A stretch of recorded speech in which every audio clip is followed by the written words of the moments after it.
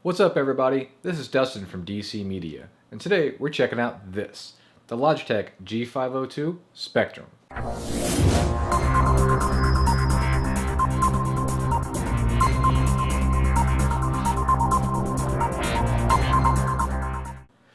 Now, before I go over the review, let me explain why I haven't had any uploads or any content in the last couple weeks. One of my really good friends passed away, and I really didn't feel like being in front of the camera or creating any content. I didn't really do any research, I didn't do any reviews, I didn't look at any product, I didn't do anything. Um, I apologize about that. I just wasn't in the state of mind that I wanted to do those things at that time, so took some time off and just kind of dealt with things of my own. And unfortunately, right after that, I also got sick. So if you can hear, I'm still sick now, still a bit congested, a little bit of vertigo actually. But we're gonna get through all this, and we're gonna keep pressing forward. So I appreciate you guys for hanging in there and being patient and waiting on our new content. And if you guys check out our Twitter feed or our Facebook page, which I know is blank, but we're going to be updating it very, very soon. If you guys check those things out, you're going to find we're going to be updating it with some content here and there. We're also going to be uploading some ideas on what you can expect from us and when, as far as maybe release schedules and things like that. But again, I appreciate it, guys. Thank you for waiting. And hey, let's get back to this review. Alright, so the Logitech 502 Spectrum.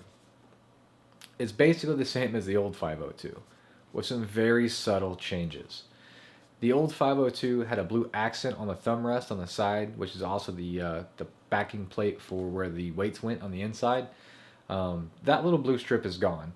It's all black now, which gives it a little bit more sleek design, and it matches way better with just about any type of build out there.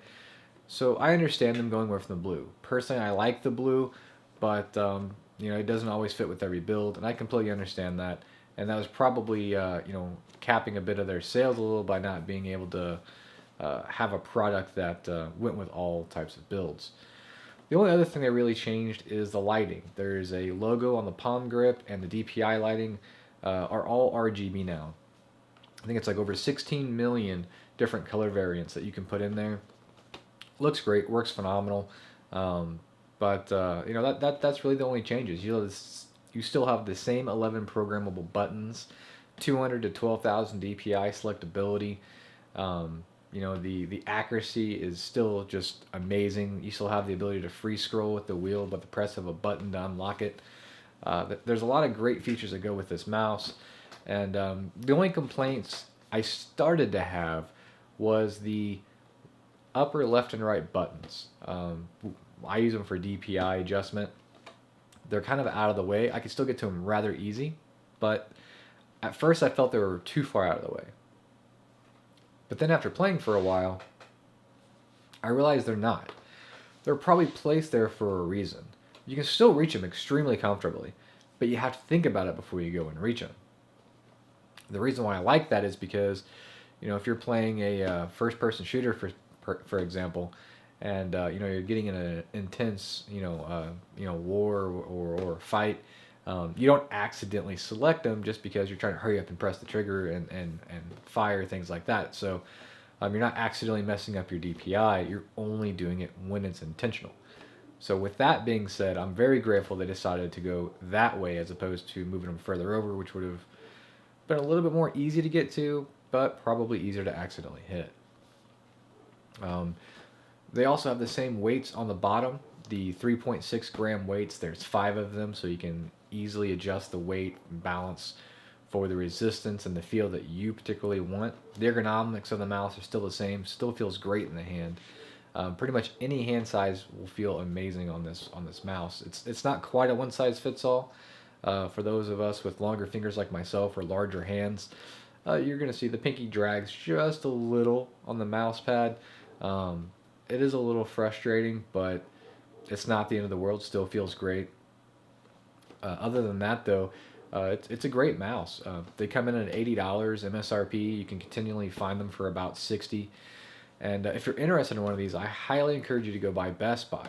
Not necessarily to purchase one, although if you want to, I think they're $60 there. But normally they have them on display, so you can actually get your hand on them and feel them. Along, they have some other ones, Corsair and whatever else.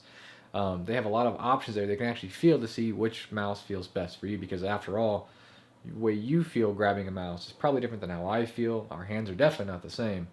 So each person's going to have a little bit different viewpoint on what is perfect and what's not. But with that being said, we're going to go ahead and give this product an A+. This is a great value for what you can get. I'm not really sure there's a lot out there that can really keep up with this mouse as far as bang for the buck. But if you guys have anything, feel free to leave me comments below. Do you have this? Do you like it? Do you like the older one better? Do you have mice that you think are better than this one? Hey, whatever it is, let me know. If you guys have better options, let me know. I'll go out and try to get them and see if we can maybe do a larger review sample off of a couple different mice. But as of right now, that's our thoughts, and we appreciate your time. Appreciate you sticking around to the end of the video. If you like the video, give it a thumbs up and maybe consider subscribing. Again, thanks guys, and we'll see you in the next one.